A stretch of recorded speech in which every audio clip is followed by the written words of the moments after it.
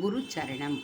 குரு என்றால் அவரிடமே தன்னை பூரணமாக ஒப்படைத்து கொடுத்துவிட்டு சரணாகதி என்று கிடக்க வேண்டும். பல பேரிடம் அப்படி அந்த தன்மையை பீத்து பீத்து கொடுக்க முடியுமா? ஒரே குரு என்று சரணாகதி பண்ணிவிட்டால் ரொம்ப சரிதான். ஆனால் அப்படி பண்ணாவிட்டால் அது தோஷம் என்கிறார் போல் ஆகாது.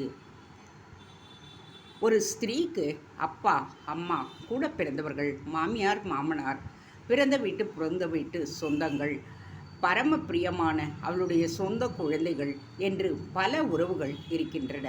ஒரு உத்தம ஸ்ரீ அந்த எல்லோரிடமும் பிரியமாக இருந்து கொண்டு அவர்களுக்கெல்லாம் செய்ய வேண்டியதை செய்து, ஆனாலும் பதி என்கின்ற உறவு தனிதானே, அவனிடம்தானே அவள் சரணாகதி என்று கிடப்பது.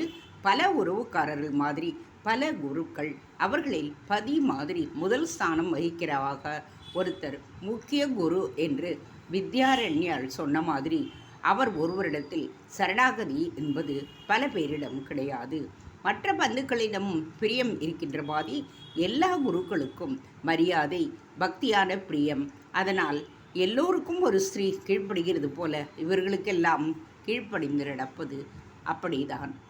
கோவிலில் அநேக சந்நிதிகளில் ஒவ்வொன்றிலும் ஒவ்வொரு சுவாமி இருக்கும். வீட்டு பூஜையிலும் ஆதி சாஸ்திரங்கள் சொல்லி அப்புறம் ஆச்சாரியாலும் புத்துயிர் ஊட்டி கொடுத்த பஞ்சாயதாயன முறையில் 5 சுவாமி எல்லாவற்றிடமும் தான் பக்தி என்றாலும் கூட இஷ்ட தெய்வம் ஒன்று, அதனிடம்தான் சரணாகதி என்று இருக்கின்றோம் அல்லவா? அதுபோல பல குருமார்களிடம் பக்தி செலுத்தி கொண்டே முக்கிய குருவான ஒருவரிடம் மட்டும் ஆத்ம சமர்ப்பணம் உண்டாகலாம். ஏன் பல குருக்கள் வருகிறார்கள் என்றால், பரலோகத்துக்கு வழி சொல்லித்தரும் வித்தையிலே பல கிளைகள் இருக்கின்றன. ஆத்ம சாஸ்திரம் என்ற ஒன்றுக்குள்ளே உபாசனை என்கின்ற பிரான்ச்சுகளுக்குள் மற்ற பிரான்ச்சுகள் என்பதற்கு சாந்தோக்கியம் ஒன்றை பார்த்தாலே போரும். இப்படி அநேக கிளை சாஸ்திரங்கள் வித்தியைகள் இருப்பதில் ஒவ்வொரு குரு ஒவ்வொன்றில் ஸ்பெஷலைஸ் பண்ணி இருப்பார். அதாவது நம்ம வீட்டில் டாக்டர் அவர் சொல்லியே பல ஸ்பெஷலிஸ்டிடம் நாம் போகின்றோம் அல்லவா? அப்படித்தான் ஒரு குருவும் அநேக உபகுருமார்களும். கிளாஸில் ஆசிரியர் ஒருவர் இருக்கின்றார். அவர் இங்கிலீஷோ கணக்கோ எடுக்கின்றார்.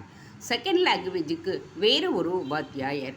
ஹிஸ்ட்ரி, ஜியாகிரஃபி, சயின்ஸ் ஒவ்வொன்றுக்கும் ஒவ்வொருவர் என்று வருகின்றார்கள் இல்லையா? முக்கிய குரு கிளாஸ் டீச்சர் போல, உபகுருமார்கள் சப்ஜெக்டுகளே எடுக்கின்ற வாத்தியார்களைப் போல வேறு விதமாகவும் உண்டு. இங்கே வாய்ப்பாட்டு வித்வானும் பக்கவாத்தியங்களும் போலவே முக்கிய குருவும் உபகுருக்களும் இருக்கின்றார்கள்.